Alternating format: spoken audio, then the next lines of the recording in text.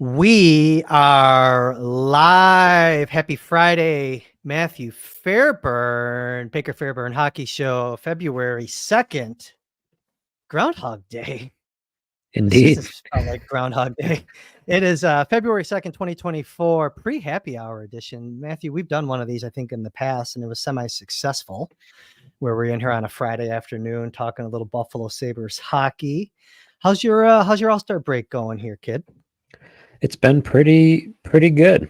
Good chance to hit the reset button and start to think about where this team goes from here, right? And what it looks like down the stretch. It's a different feeling than the bye week All-Star break last year where it felt like they were gearing up for a playoff run, and now it was a good chance to, probably all of Buffalo needed a bit of a reset, after a long and difficult Bills season. And now a long, difficult start to the Sabres season. Everybody gets to take a breath and not think about these sports teams for a few days before a 4-game homestand starts on Tuesday. Yeah, they'll be right back at it before you know it. So just to properly level set everything. So the Sabres won 2 of 3 in their West Coast road trip before hitting the break, wins over LA and San Jose, following up that loss to the Ducks. And by the way, it was that loss to the Ducks that was the last game they played before you and I did our last version of this show.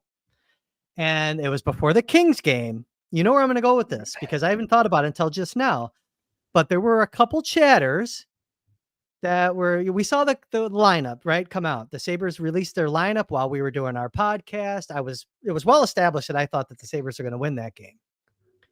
And of course, I think they dug themselves an early hole in that game, right? That's the game that Levi played, wasn't it? As they tend to do. Yeah, as they tend to do. But lo and behold, the Sabres won that game.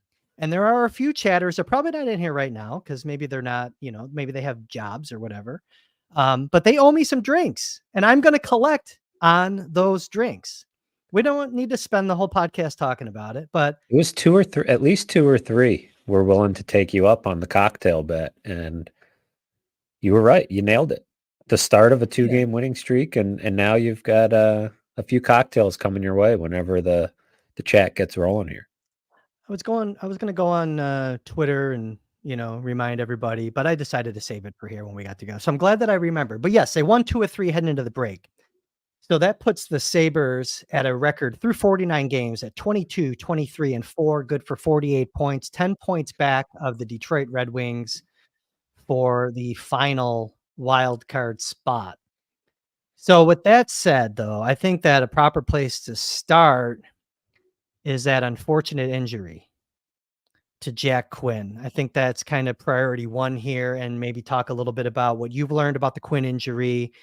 And also maybe what are the Sabres going to do to maneuver through and build their forward lines in Quinn's 8-week absence. So I'm going to throw it back to you, Matthew. We saw what happened there. I was going to text you, by the way, when we saw that go down. It did not look good. And my immediate thought was ankle. I don't know if anything's been learned since what the surgery was, but I don't know if what you're hearing, and tell us what you know. It's not knee and it's not Achilles. And so, that narrows it down really to a leg, an ankle, or a calf.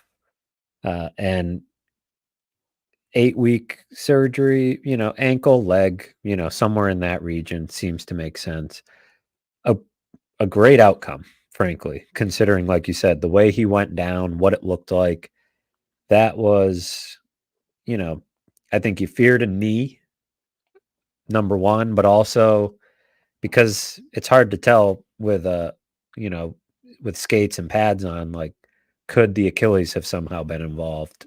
The fact that it was neither of those, I think, is a good outcome because you have a little bit of, typically, whether it's an ankle, a leg, even a calf in some cases, you just have a cleaner outlook on a recovery and a timetable. So it's 8 weeks for Jack Quinn, which is not quite the whole season, but pretty close at this point. It'd be end of March, early April when they get him back.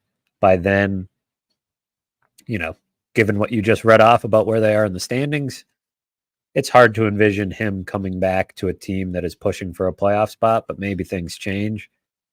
Still, the fact that it's not going to impact his offseason the way his offseason was impacted last year, I think that's great news considering the initial look of it and what he dealt with earlier this year and the way he was playing.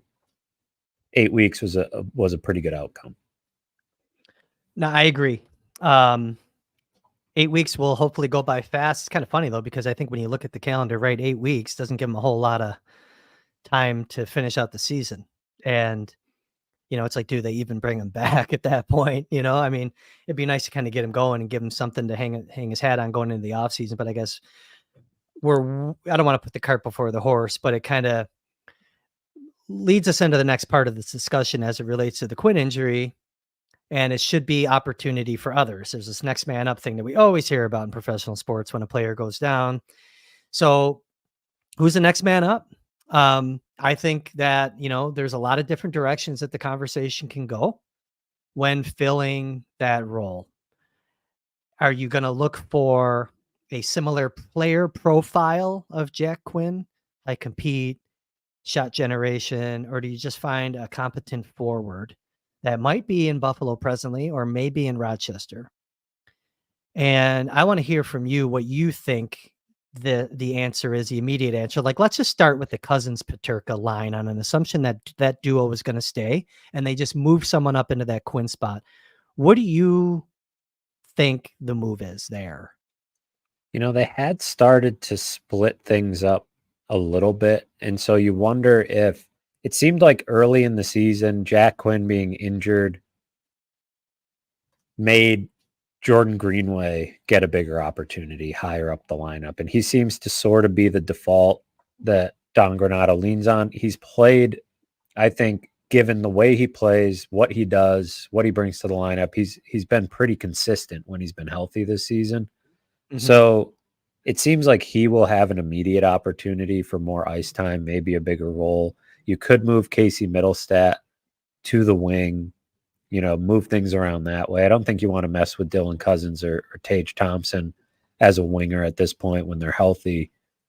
But then, like you said, that means that you have to backfill, right? You have to start balancing things out. It's the same problem they had at the beginning of the year, the same one that we mentioned Don Granato was still bemoaning at one point, in terms of why they had gotten off to a slow start, was missing Jack Quinn and the importance that he has to this lineup.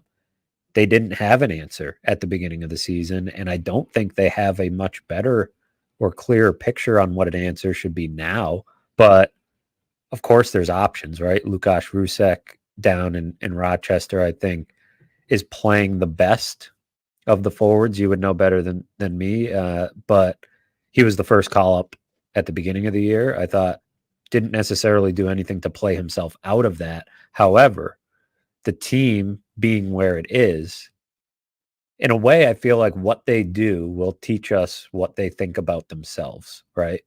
Because if you're willing to turn to Kulik or Roseanne, then maybe you're admitting that, not that you're packing it in by any stretch, because I don't think that's entered their thought process, but that you're starting to evaluate or get these guys a little bit more run and start to see what you have, get them used to it, get them more important ice time before they head into next season. Whereas if you go with Rusek, maybe you're still just trying to keep this push going a little bit. I think they're trying to keep it going regardless, but I think you understand what I mean as far as what they do gives you a little bit of a hint of how realistic they're being about where they're at. Yeah, so a couple things, I guess, on that whole topic. So late season call-ups from Rochester, especially when a team is out of a playoff spot, is nothing new. Late season. So as it presently stands, I think it's early to call up some of those guys that you would normally give looks at late in the season, whether they're rewards for good play or you want to give them a taste of NHL life or both. I don't think it's February, that's March, you know what I mean? Or late March, even into, as late in the season as you can get. The answers, I think, now, and I don't want to repeat everything. Some of our listeners may have listened to Sabres Live. I was on with Marty Baron on Wednesday for the first half hour, and we talked about this conversation. That's why I was really kind of curious to hear your perspective on this, because I think some of the folks may have already heard mine. The answers right now, I think, are already on the roster of how you maneuver through this Quinn injury right now. I think you move Benson up. We talked about it when Jeff Skinner got hurt. What did you and I say? We said it might be a missed opportunity to maybe move Benson up top to see how he can hang with those guys. Because from preseason all the way through various parts of this season, whenever you moved him around, he was competent. He seemed to be an agent that got other guys going. And I can see him having what it takes. And you talked about this, I think, a couple episodes ago of let's see what we have in Zach Benson. That's one thing. Two, on Benson, if you think that he had already maybe hit a little bit of a wall, because like it happens with rookies, production wise, he hasn't dropped off at all in terms of effectiveness too much. They had to sit him down one of those games out west. I think it was the Kings game, actually, because that Anaheim game wasn't the greatest. It happens with young players. But now you have this built-in break in the schedule where he can mentally reset, collect himself. Maybe he went home for the first time in a while. He'll come back, level set. The timing would be really good to put him with Cousins and Peterka. And I don't even know if that's a look that we've seen all year. Benson, Cousins, Peterka. I want to say we have not. I don't think so. And I'm actually trying to pull up. Let me add him to this. I'm on the line tool on Natural Stat Trick right now because you got my brain going a little bit in the sense that I like where you're going, and it had popped into my head before you even said it that, Benson is a logical candidate before you think about those guys like Kulik and Roseanne because he's already ahead of them in the pecking order, but also because as good as the Peterka Cousins Quinn line has been, looking for some balance isn't the worst thing in the world either, right? And looking for future options, future, center wing combos and different things like that, getting guys used to playing. And we've seen Benson make a lot of guys better, right? Don Granato used the term stabilize for what Zach Benson could do for Tage Thompson and Alex Tuck. What could he do for Dylan Cousins and JJ Peterka? So I think that's an interesting thought. It would require one of those guys playing a different wing than we've seen, right? But no reason Wing to is think interchangeable now. no reason to think Benson can't do that or that Peterka can't do that. I mean, that line of Peterka, Quinn, and Cousins is accounting for 60% of the high danger chances, 57% of the expected goals when they're on the ice at 5-on-5, which is really good. Obviously, it's a small sample size because Quinn hasn't been back that long, but there's a reason that became a bit of a crutch for those guys. It looks like Benson, Quinn, and Peterka have gotten less than a minute of ice time together. Benson, Yeah, there's probably a Peterka. line change. Right. Yeah. It's Okay. so I don't think these guys have played together with what I'm looking No, at I here. don't think it's and I didn't check, but I don't remember ever seeing 2 minutes that and trio. 37 seconds of ice time they have gotten. Yeah. So very, And not, very limited. nothing sustained. So here's the thing. If you're now, remember, there's a couple different ways this can go. You can try to replace that player profile of Jack Quinn. You're going to do it from a compete perspective. If you insert Benson, you're not going to do it on a shooting shot generation perspective, in my opinion. But I think that makes a lot of sense. Now, with that out of the way, this then Quick becomes an correction. opportunity. Yeah. Quick correction. Benson, Peterka, Cousins have played 102 minutes together this season. They have? No. According to 102? Natural Stat Trick at 5-on-5. And So they had to have a have couple games in there. When the hell was that? they have 55% of the shot attempts and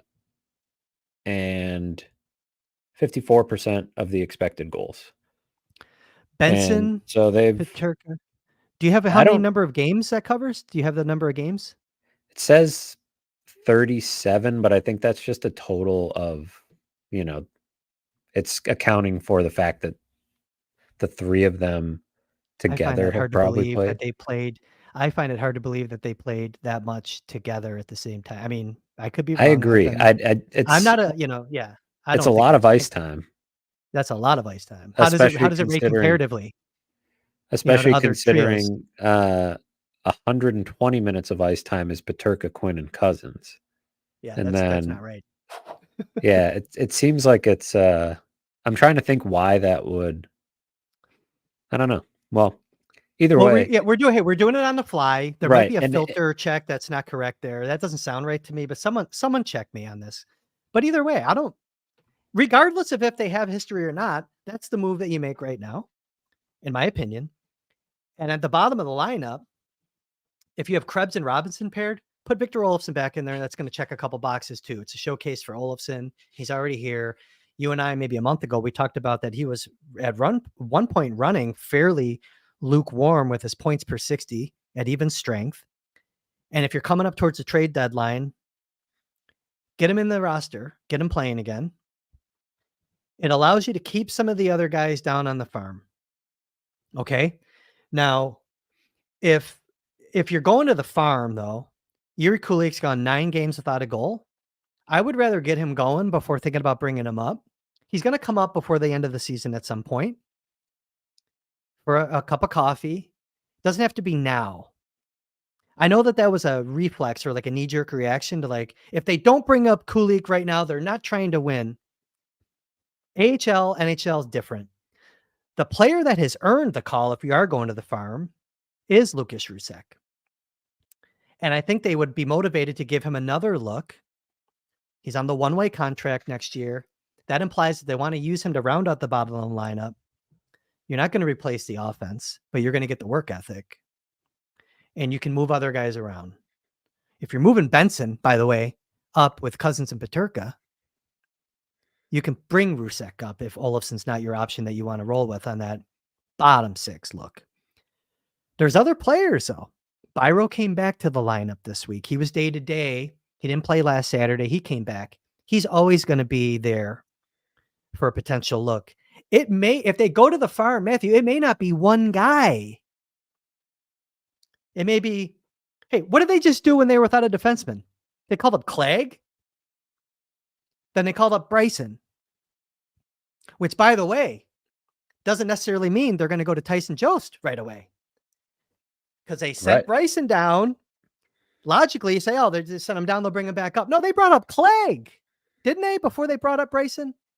Okay, so what I'm saying is, like, there's like 5 guys in Rochester that you could look to realistically.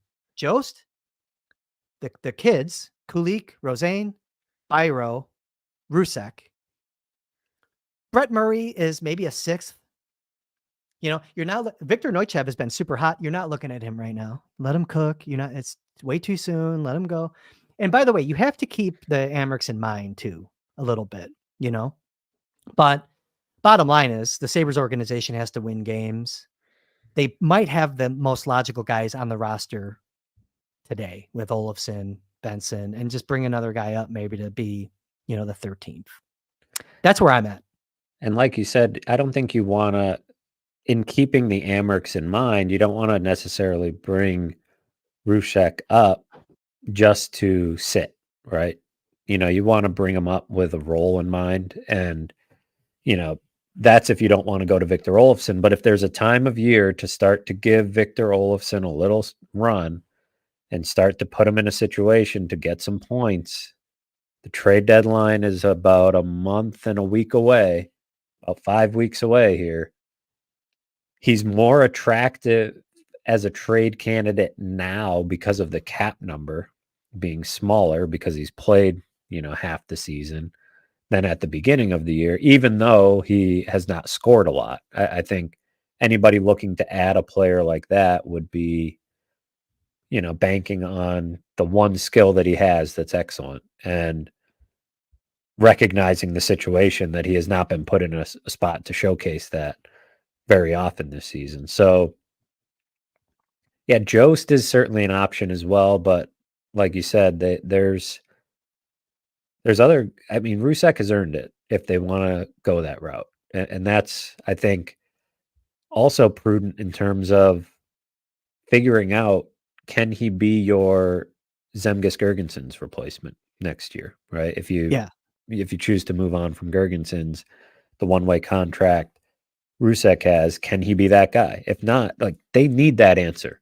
They cannot just hope.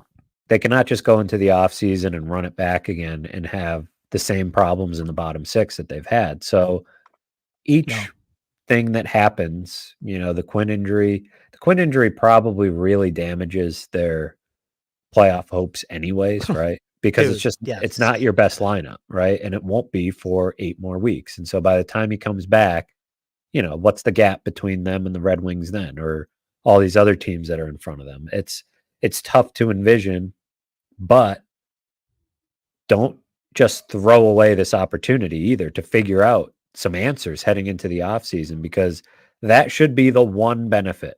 The one benefit of running it back, of bringing everybody back, is that you have absolute clarity and certainty on what you have on this roster and the plan heading into the offseason, what needs to be done.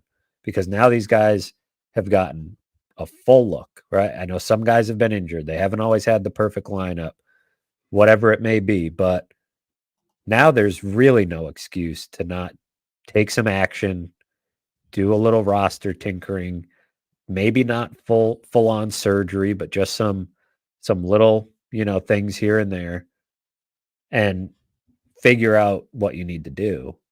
Now you have these openings in the lineup. Is Zach Benson ready to be a top 6 player? Why not find out? Is Rusek ready to be an everyday bottom 6 player in the NHL? Now's the time to find out.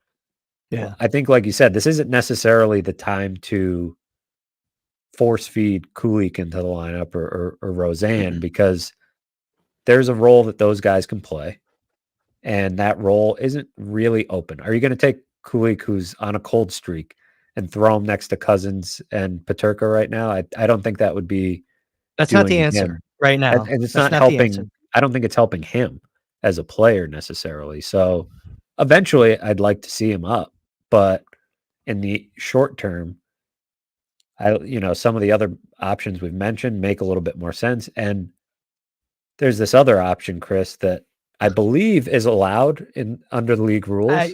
Thank you for bringing it up as a transition, because I know where we're going. Yeah, go ahead, say I it. think Tell this the is people, allowed. tell me. Based on the last couple of days, I believe you're still allowed to trade. You in the might be NHL. allowed to make trades. Yeah. Hey, real quick, before we dive into that part though, okay, on the trade piece, I want to close the loop on Kulik real quick. Okay. For those that didn't listen to the Prospect Avenue podcast this week, and it was really actually a popular episode. Business was booming on Prospect Avenue this week, but I talked about Kulik a little bit. He came back from the World Juniors last year and was a little, it took him a little time to reset. He needed a little runway to just kind of reset from the emotional part of it. And I think the mental taxation that tournament takes on you. But when he got to February 2nd last season, that's when he began that 17 goals in his last 30 games in the regular season. He carried it into the playoffs. He carried it in the beginning of this season. So again, it's nothing new that he's going to have a little bit of a cold streak coming back from World Juniors like he's doing right now. But what's today? It's February 2nd. So Kulik is going to score tonight when they play Laval, and he's going to take off again because history repeats itself. Noah Ostlund last year came back from World Juniors, was on this crazy point stretch with Djurgården last year, doing the same thing this year. You see patterns with players. Maybe I'm full of shit. I don't know, but I see it.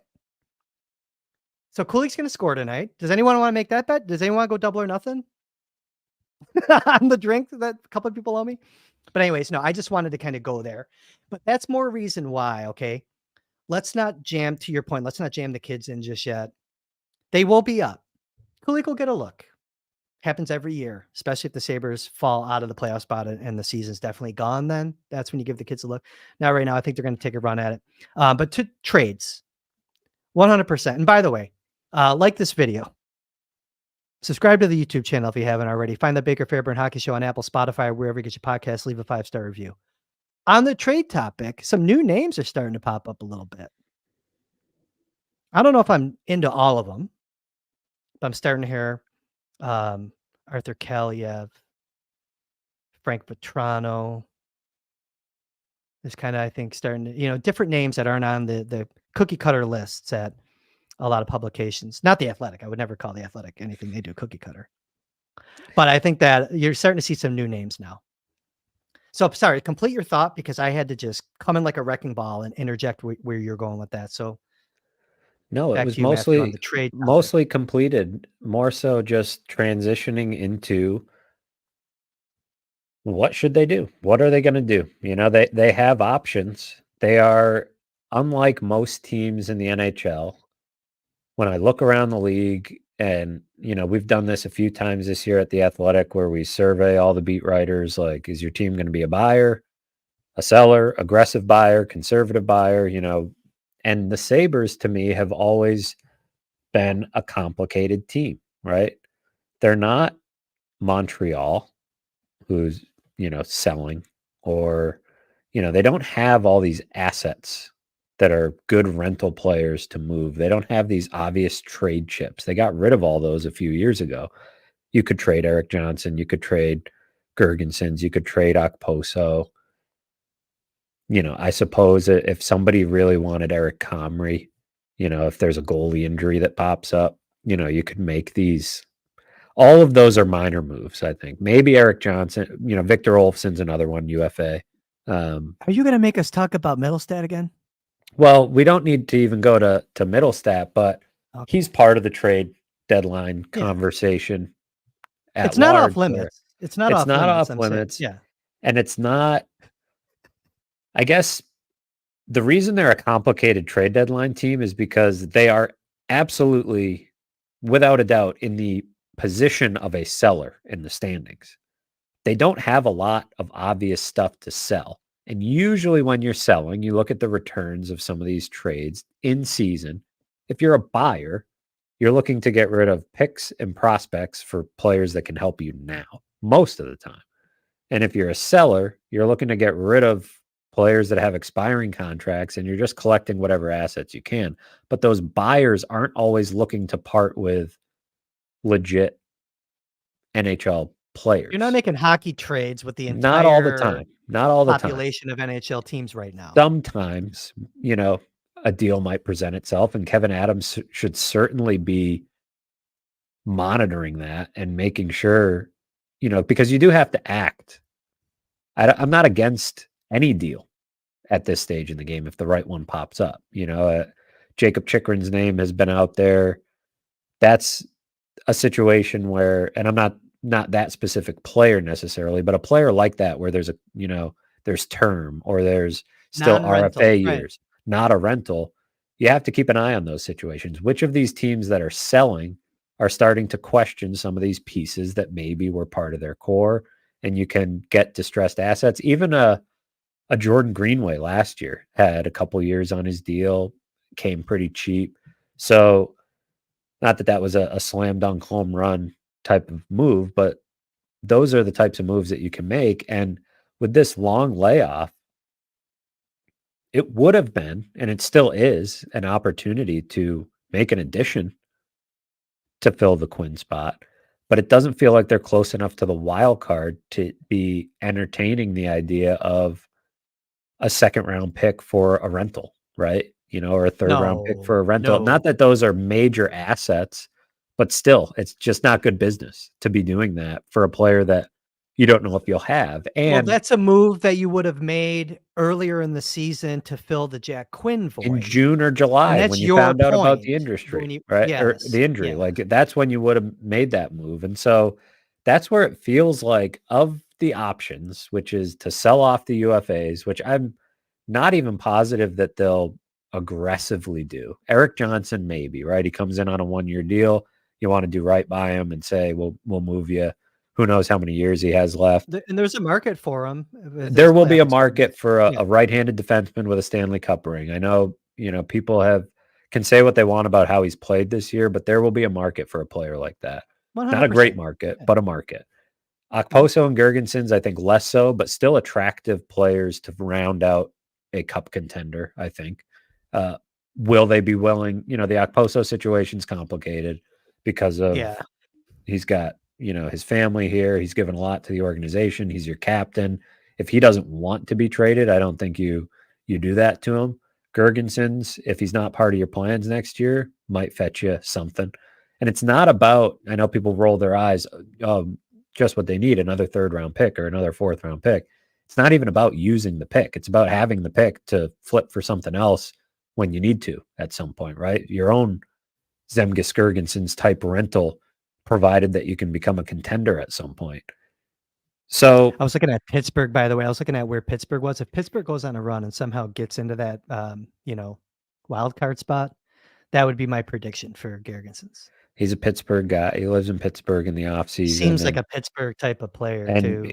that's the type of team that should be interested in him, right? Somebody that's trying Mhm. to round out their roster. And he's a player that I think his game translates to the playoffs, even though he has not played in the playoffs in his life. I think his game translates there. So Yeah. they can get a little something. They can do a little small business there and offload some of those guys without, frankly, doing much damage to their roster, right? I think there's people that would probably like to see, Ryan Johnson get more minutes, and you have enough defensemen to make it work if you move on from Eric Johnson.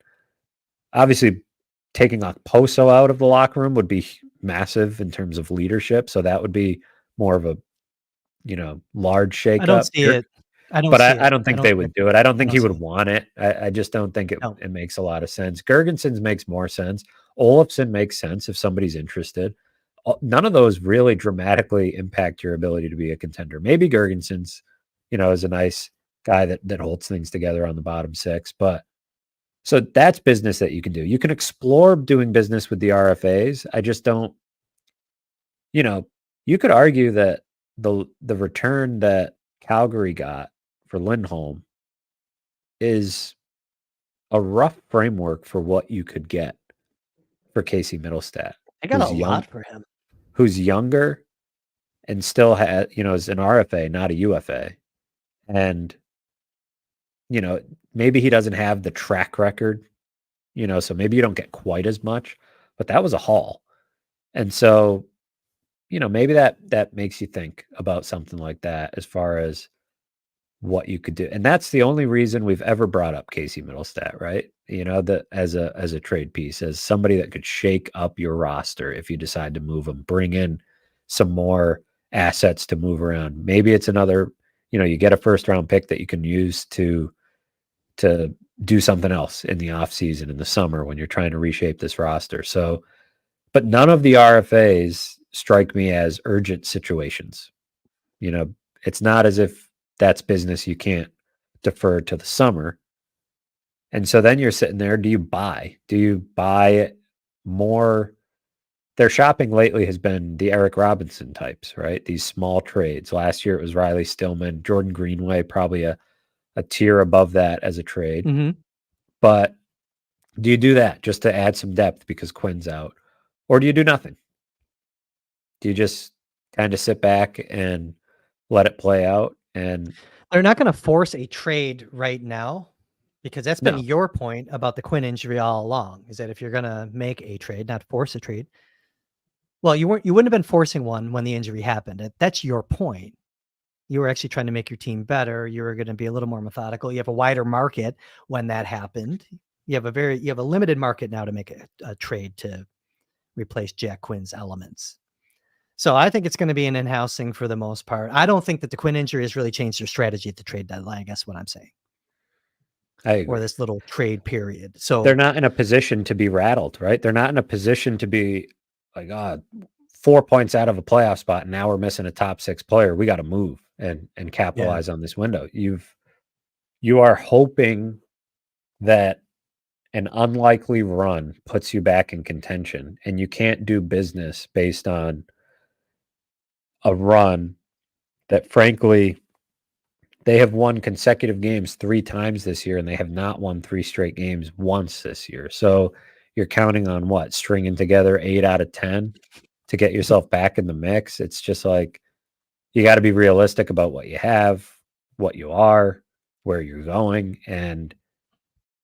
but at the don't same discount the time, power of golf time and pina coladas and margaritas, though, which is what these guys are getting right now. That's Maybe true. they come back and they can go on a heater. But no, I hear what you're saying. I'm being mostly facetious there. It's a I guess my main thought on the trade deadline is Kevin Adams still, he can't turn his phone off. He can't, and he won't, but you have to be open to opportunities that present themselves. And that might mean, because that is the one point I'll make on a middle stat or any of these other RFAs, frankly, that you're unsure about and, not sure where they fit in.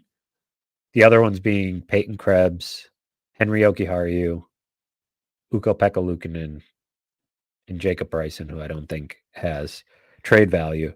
But the question is, can you get a team that's a little bit desperate at the deadline to give up a little more than maybe a team would give up in the summer? And if you feel like something has pushed over the line to where you say, and even if it is future assets, because those can be flipped, those can be moved. For Middlestat? Yeah. I'm not moving him for future assets. So that's the thing. I'm using him saying for a more top so if that's 4D part of or the for a package. player, You a get an developed extra, player. you get an NHL player, you get a first round pick, and then maybe you get a sweetener, right? An extra pick. Okay. Because those assets can be used in the offseason to add different players. It's Who's not as giving if you an asset though right now that's going to solve some problems that the I don't Sabres think have you're right now, getting because all they're doing is diminishing their, unless they're like flush exactly. with defense. There's not a lot of top Right? 4 defensemen going around, right? And there's not a lot of top 4 defensemen that playoff teams want to get rid of. It's why patience on that front is probably the right move. But if a team starts getting crazy, or there's a legit prospect defenseman, right? Like a guy that's close. You're talking a 22-year-old Or defenseman. maybe when you and I started talking about the Middlestat trade experiment, that was the time to make the deal. Well, he's played well, right? Right. He I'm hasn't just hurt his saying trade though, value. it's the Sabres weren't playing well when we started talking about it. And I think you did have a broader market, more of an ability to make that. I don't know, man. I go both ways on this now. It's like the probability of him being moved at the deadline, I think it's less and less Oh, I with think each it's passing day. at I the don't think deadline, I I don't think think it is very increases. small. No, I Yeah, think at the I don't deadline think it it's very increases small. anymore, where you had a little bit of a buildup whenever it was a while ago and we started talking about it. I And think I'm we not started mentioning talking that by about it before saying the season even started. it was very early. And I'm not trying to say, hey, like we were the hipsters talking about. That's not what I'm saying. I'm just saying from a asset management perspective, that was probably the time to take a really hard look at it. Not saying that they weren't. They just obviously didn't act on it. I don't know if you saw, but you mentioned, pina coladas and golf and all this. Casey Mhm. Middlestat is spending his break. He was skating with the Gophers. Oh, really? Brought his equipment home to Minnesota and was getting working. So Is he doing a little Rodney Thornton Mellon? yeah, Going back to school. He's going to suit up for the Gophers so this this weekend. guy They don't play this weekend. he's I'm not saying. he's not taking his foot off the gas. He's not kicking back and relaxing too much. He's going home, which actually was around the time, I think it was around Christmas break last year. He had a chance to go home, reset, and it was when he really started to take off. So he's not, I think he recognizes each dollar that's on the line for him here. I saw a contract projection from AFP Analytics 6 mil? for a little bit under 6 mil.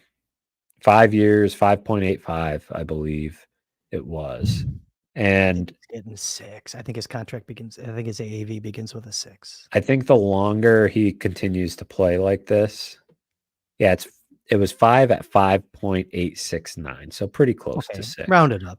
I'll Uh, give him that. Yeah. if you can get that number, a little under 6, 5 years, he's kind of attractive to keep at Well, that you point, sign him right? there. Yeah, and he Right, wants to be here, clearly. I mean, if you believe what he right. says, and I believe it, he seems to speak with conviction when he talks about how much he likes it here. Well, then, yeah. And by the way, you and I have talked about this. It's not like we're trying to push him out of town. It's not like we're trying to trade him. We're just framing this decision that needs to be made and all of the routes that Kevin Adams can pursue. But I don't have a problem in spending money down the middle of the ice, even if it's a third line guy. And especially when you have a lot of prospects that can play wing that are going to come up and play on the cheap and likely contribute to your NHL roster. They do have a ton of centers, but all those guys can bump outside if they need to, and so can Any guy Casey can go up and down the wing. if he Any guy needs. can go up and down the wing. And Casey's pretty good at it. So no, it's a good point to bring up that I think all along we've mentioned, that this is a guy that has developed really nicely and has started to fit into their lineup. I think the only reason we ever brought it up was, and the only reason it continues to be a talking point, nobody around the league is looking at the Sabres roster and like they're looking at the Flames roster, right? And the Flames have been able to do some good business because of all of the expiring contracts for legit contributors that they've already been able to move out 2 of them. They may move out Tanev, Noah Hannafin's on an expiring deal. So they've been able to do some legit business. The Sabres aren't really in that spot. The UFAs I listed off, teams aren't banging down the door for those guys. You're getting mid-round picks, maybe in the case of Eric Johnson, a third, if things go well for you. So then, as far as your assets go, as far as your ability to remake this team and make it look different, Middlestat is one of your more logical options just from where his contract is, where his value is. Because otherwise you're getting into, and the other part of it is prospects, right? Then you start talking about moving prospects and moving picks. But I'll tell you what, Chris, I am reaching the point with this team where I kind of want to say the first round pick is off limits for now. Like, for now, until, we see which direction this goes. You trade it at the draft. It's not a trade it at that's my point, right? It's trading here at the deadline. Yeah. It's not off limits in the off season, but it's off limits until the lottery, until you figure out when Kevin Adams said last year leading up to the deadline that like Kulik was an untouchable. That's what the first round pick is right now. But would you have traded Yuri Kulik at the draft if it netted you something crazy? Of course you would. Right. That's where I'm at on the first round pick is getting dangerously close to being, a very high pick. You win the lottery and all of a sudden we're still doing that. Yeah, no, I'm with you. I mean, they're close enough to that. They're closer to that than they are the playoffs, right? Like they're or just as close anyways. So they're not going to be sitting there with the best lottery odds, but they're too high up on the lottery odds to be even entertaining trading that pick until you know how high it is. Because if it's the third pick or whatever it may be, trading it in the offseason is a lot better than trading it now. So, and the wide array of players that could be available for said pick is a lot different. So I'm hanging on to that. And I'm probably hanging on, frankly, to some of these prospects until the offseason. Give Kulik a chance to get it rolling like you have forecasted here. Give these guys a chance to keep boosting their stock. And then you have to make hard decisions and say, who do you sell high on? Who do you hold? And, and kind of go from there. Kulik will have a goal by 7:45 p.m. tonight. I'm getting real cocky. Getting even more specific. I like it. Well, I looked at the clock. It's 3:30, and I know like it's 3:30 p.m. I think that's almost near your exit time that you had earmarked. But we should go through the chat real quick. But no, I was looking at that and saying, oh yeah, Kulik will score soon, and everything will be over. That goalless drought will be done. You want to clean out some chat real fast before you boogie? Do you have time? I do. Let's do it. So Bill Perry says that Casey, even at $6 million a year, is tradable in the future as well. I agree with Bill on that.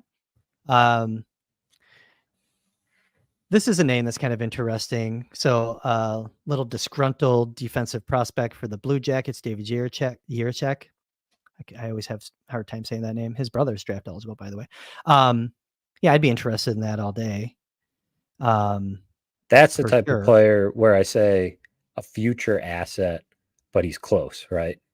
He could play in the NHL right now. He's an NHL defenseman right now. Yeah. He was from that. He's young. He was from the triplets draft class. He was from that the Savoy draft. Savoy draft. Yeah. A couple picks ahead of Savoy. I believe he was 6th. Yeah. I remember because he had this, like, he reeked of like a Philadelphia Flyer to me, and Columbus ended up getting him. I thought Philly was going to get him. I'm just kind of randomly, if you, by all means, if you see And something. Columbus loves to do strange business. Their GM is a loose cannon. He will start slinging deals around. So that's the type of thing I say. You got to have your head on a swivel, right? If you can all of a sudden get a package together where, now I don't know if Columbus would want Casey Middlestat. I have no idea what Columbus is doing, frankly. They've had an odd couple of years as far as putting that roster together. But that's the type of business that if a guy like that comes across the table, or even for one of your prospects, you do a little bit of a swap, get a forward prospect over there and get a defenseman over here. Like, just keep your options open. Keep, any time of year something like that could happen. He's upset now. He might not be upset in 4 months, So always worth checking in on. I don't know that they'll move him, but I think, you get a right-handed defenseman like that to pair with, what you have on the left side. That'd be something. Let me throw one up here for you, and it's only it caught my eye in the chat because this is a player that I named in the past when just throwing out like the type of a player that they might actually look for. Any interest in Colton Parayko? St. Louis would be a good D partner for Owen Power. 30 years old, signed for the next 7 years at $6.5 million. That might be the problem. But that is that right? 7 years left on this deal. I'm not doubting you, Neil Kennington. I'm not doubting you. It's just that stands out in that statement when you throw it up on the screen like that. That's the type of player that I'm interested in for this team. I don't know if that's necessarily the type of contract that I'm interested in, given how the age of the player, obviously the term, and just the fact that you've already loaded quite a bit into the Brinks truck for Mr. Dahlin and Mr. Power. I'm not really worried about the salary number there with Samuelson. Is that right, Matthew? You got this look on your face. He's got 6 years after this one. So 6 7. years after this. 7 Okay. if you So count 7 including this. So. I like the player, but they may end up going a little younger. I don't know. Impossible to predict, but I don't know if you have any thoughts on Neil's comment there, Matthew, on the player himself or the term or both. No, I'm with you that the idea of a contract that long, that number, it feels like could be better used elsewhere. But I like the thought process from Neil. I like the, that type of player on a more. That's why Tanev's going to be too hot a name at the deadline. The price is going to be really high because contenders are going to want him. But those are the names I'm looking at as far as summer too, right? Free agent additions, because that's where they have to turn their attention as well. When you're thinking about making deals at the deadline, how does that impact roster spots for potential additions in the summer? So that locks you into a player for a long time, that might be hard to move given that number as he ages. So that would be my hesitation, but I think it's the right type of move in a sense. Coda brings up an interesting element when it comes to talking about Kulik and Rosane. I'm not bringing this up because he agrees with me on Rusek, but Coda does agree with Chris on Rusek, mainly because I believe the organization is trying to keep Rosane and Kulik under the 10-game threshold. Yeah, Kulik has 9 left. I forget how many Rosane played. He might have played 8 or 6. I think he played 6 or 7 when I looked it up the other day. So no, that is relevant though, by the way. We have to get out of the way of the Skinner contract. I understand the sentiment on Skinner. He's got no moves though, too, right? Or does he get to a point where we'd have to look at that. I don't have that on the fly. He has clauses, so. Yeah, and that's part of the trouble. And frankly, the number, right? Like who's going to want that contract for the length of time? It's a tough one. I mean, he's played well, but yeah, somebody asked me in the mailbag a couple weeks ago, would you trade Skinner for a young defenseman? And who's calling, right? Because I'd do it tomorrow. All day, yeah. Right. Yeah. But I just don't think that now you could retain some of it and maybe do some business that way. But I think it'd be kind of hard to get out from that contract at this point, especially given his age. I think there's a higher. I can't believe I'm about to say this because it's going to open up that can of worms again. We don't have to open up the can of worms, but I think there's higher probability of paying Don Granato for 2 years to not coach the Sabres than there is retaining any salary on a Jeff Skinner contract in a trade. That's kind of what I think. Rob Wise says a unique situation with Rochester prospects, knowing the Quinn spot is there to be filled and playing a back-to-back this weekend in Levi's backyard, bring up the prospect playing with the most confidence.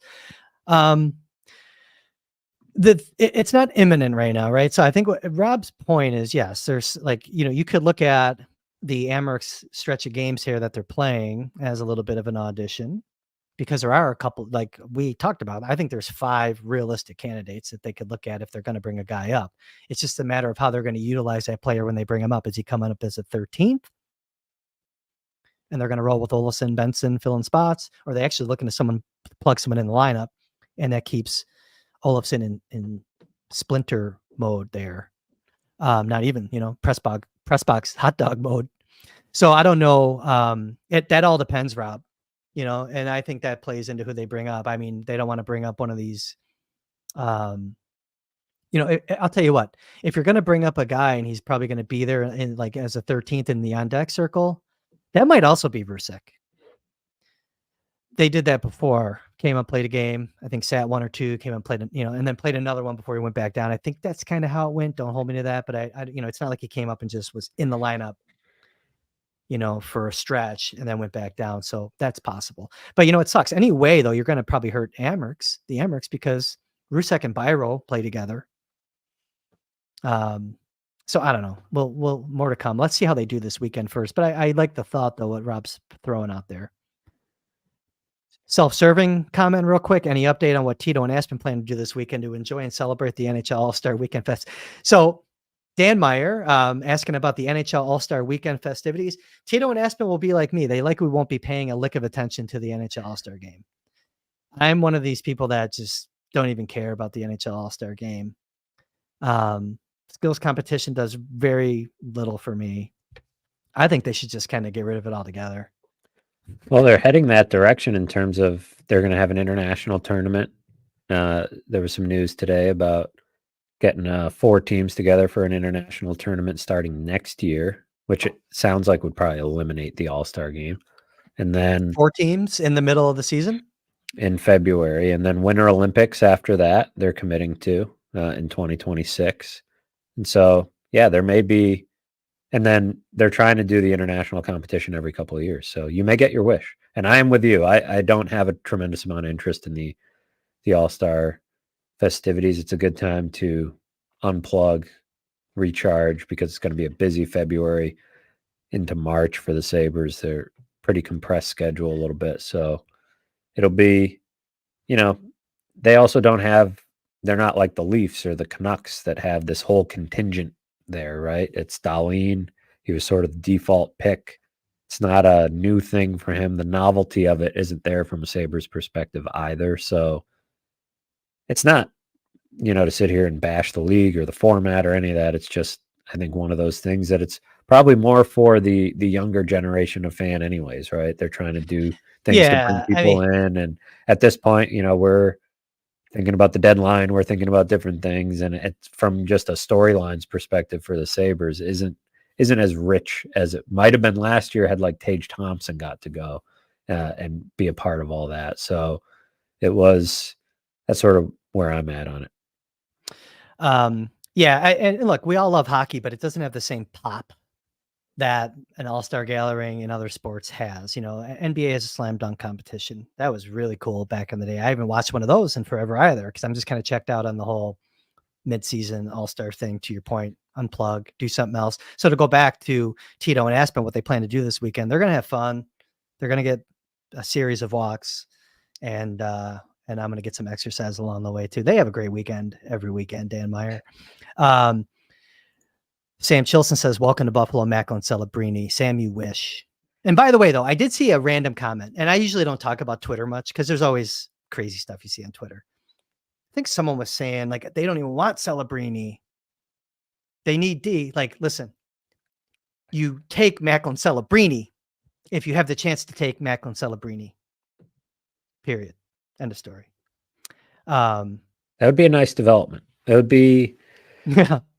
a stroke of good fortune because he's pretty legit. But I think it's a pipe dream, and it's just not the people are sick of that whole deal, right? Tanking to I the am. bottom and everything else. Oh, But don't even get me, you said if the it was T a word. Don't even stroke say of that. good fortune, if it was this would be a good year to have a stroke of good It's a fortune. lottery. They would be a lottery win. Don't say tanking to the bottom. Don't go there. Well, Don't they go there. can't. They can't race to the bottom. The Sharks have just been Yeah, sprinting but all I'm just season saying, like, long. don't even say that word. Don't say that word. I'll be triggered. Okay, It anyways. looks like you already David are. Dietz says Kulik cranked the post in the last game. He's getting looks, just needs one to fall. Absolutely correct. Kulik actually has been playing. He has been playing poorly. He hasn't been himself though. At the same time, the last two games though, they played. What was it? Wednesday night, and then on Saturday, he had a good game Saturday. He moved back to center also on Saturday. So he was playing wing for that first batch of games that he came back from the World Juniors. When Byro was out of the lineup on Saturday, Kulik went back to wing. Rosane and shoot, who the hell was I was on their line. Basically, they got him away from Jost. Can't remember who else was put on their line, but no, I agree with that. Oh, and hey, by the way, we'll go back to back with David Dietz. David, by the way, old school. David Dietz, love David Dietz. How about Ryan Lindgren this summer? Ryan Lindgren was one of my guys in like his draft year because he was like that warrior type. What he is now is what he projected to be when he was in college. Hard nose, self-sacrifice. He was like a poor man's Jake McCabe almost. Well, now it turns out that Jake McCabe might end up actually being a poor man's Ryan Lindgren. But yes, love Ryan Lindgren all day. Anything else, Matthew? Because I don't want to keep you. I probably kept you too much. You I have think fatherly we've duties hit coming up. It's gonna be the witching hour in the Fairburn household, I think, right?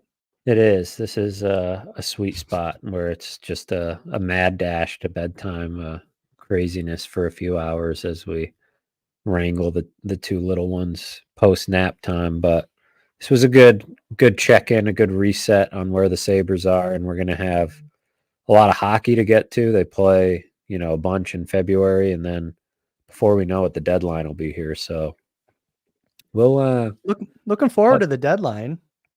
yeah, Looking forward to it'll the give us a deadline. chance to explore what some concrete value for what's out there, what type of deals get made, what options Kevin Adams has, and set the table for what the summer looks like, because it feels like the rest of this season is going to be a little bit of that. One eye to the summer and next season, and one eye on what they're actually doing, unless they really startle us here in February. Sean Monahan, by the way, went for a first and what is it, conditional third or something like that? Yeah. What's your take on that, real quick? Like, what's your elevator? We're gonna go up 2 floors in the elevator. Tell me what you think of that trade. That's pretty good business for Montreal. No shit, I right? like it. Yeah, I like what they're and they got him for. Didn't they get a pick for taking him on when they traded for him? I think so. It's Yeah, because doubly I was good capped business. up. Yeah. Yeah, Hey, last comment, and this is right, by the way. Has ever like I'm not gonna bash Adams because I think he's still kind of building his resume and like his story is still being written on what he did. It's more about the second part of this. So I'll read the whole thing for those listening. Has Adams ever made a good hockey trade? Give Botterill credit. At least he tried. Listen, Matthew, I don't know what you think about this, but Jason Botterill deserves a hell of a lot more credit for the job that he did when he was a general manager of the Buffalo Sabres.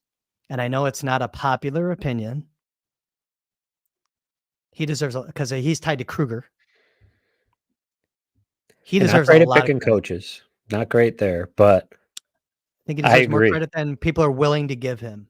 I agree. In hindsight, what he was trying to clean up, and the way it all went down when he left. I mean, we could probably do a whole show examining Jason Botterill, his tenure, and I think he will probably get another chance at some point to run the show somewhere. And I don't know that for sure, but the roster in Seattle, the way they've turned that around and gotten that off the ground, I think there's a chance that he'll get another He'll get a shot. job So, again. Yeah, I think so. he already is, an AGM. So I think, yeah, I think it's a good point by Wyoming Trout there that, there needs to be, we don't know what level of, what else Adams is working against internally as far as, what they're willing to spend or things like that. But a little bit of urgency on some of these moves or, a little bit of, trying to swing one of these hockey trades. I guess the Tuck Eichel deal, wasn't a win, but nice to get Alex Tuck as part of your team in that trade. So beyond that, though, I think it's a fair criticism and one that Adams will have to answer to. He's reaching a point where patience and standing pat and waiting for guys to develop just isn't a reasonable strategy all that much longer. I understand your perspective on that. I get it. I mean, yeah, if the season was going a little bit better, obviously it's a different talk track that we're having right now. I think that's pretty clear. Matthew, as you were talking, I was just throwing up some other chats on the screen just to kind of clear some of them out. Sorry, I didn't get to all of them. That's going to be impossible, I think, to get to all of them every week, but I want to try to address as many as possible, or at least throw as many up on the screen as we can every week. I'm going to leave you with this one, Matthew, as you go off into fatherland here. Oh, I remember the mad dash to sleep time. Congrats. They grow up, though, and then you are paying for a wedding.